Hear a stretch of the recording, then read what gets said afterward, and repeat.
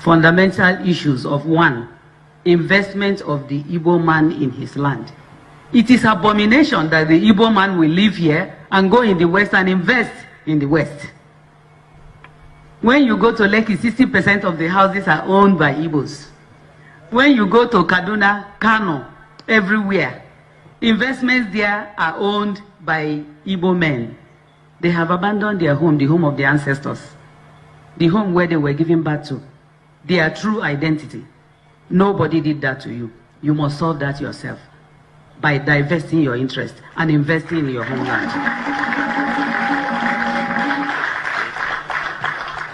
My brothers and sisters, that's point number one.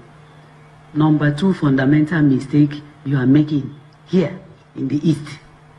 Worldwide, things are shared by population.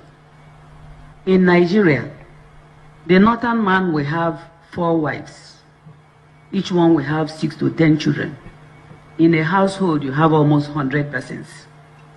The Igbo man will have 1 man and 2 children. And on election day, you start crying, they are counting chickens.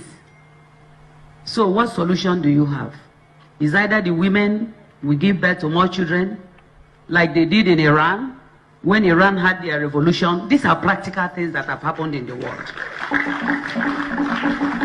So, Professor Nwala, I think the problem the Igbo man has, first of all, is to like himself and invest in his land and increase his population, either by women giving birth to more children or men marrying more wives, the same way they do in every other place.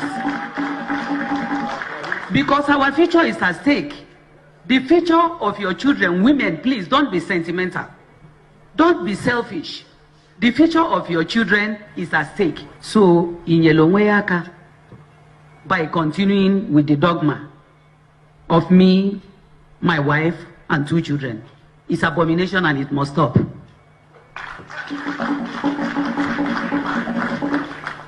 Then we say because of religion.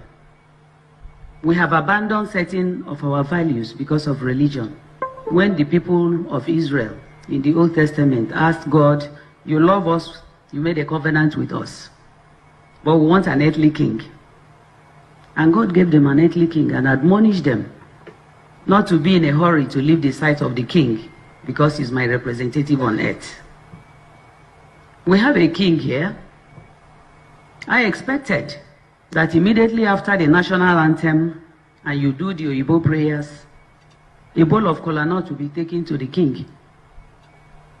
The king will touch the kola first before any other person. And he will break the kola nut and pray for everybody. He will break pieces that will go to our young ones here so that that prayer will go to them, so that they can take over from us when we pass on. I noticed that kola nut was brought. It wasn't taken to the king. And then it was shared. After the sharing, before it's taken to go and pray. So Chukuyaba ala inifa metata.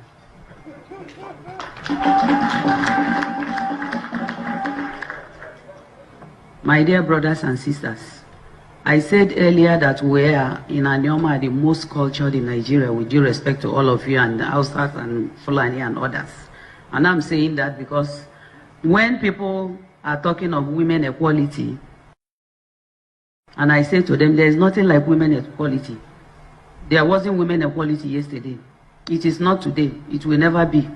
When you say the Lord's Prayer, you say our Father who art in heaven. You don't say our mother.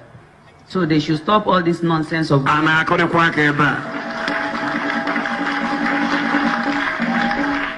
There is nothing like that. It's not God's intention. Equality is not God's intention. God's intention is for woman to actualize her purpose in creation. So where is man failing? Man is failing in the Igbo land because he has refused to give woman space to actualize her purpose in creation. Is there any reason why a woman in the East cannot inherit from her father who delivered her? They do so in the West. They do so in Benin, where I spent decades. It is changed on paper. It hasn't changed practically. It has changed on paper. I spoke to Muslim friends of mine when I was in England decades ago. And in Islam, a woman inherits from the father. In fact, Islam permits the woman to retain her maiden name if she so desires. What is the problem that in the East, your own daughter that you delivered cannot inherit from you? It's abomination and a sin crying to God for help.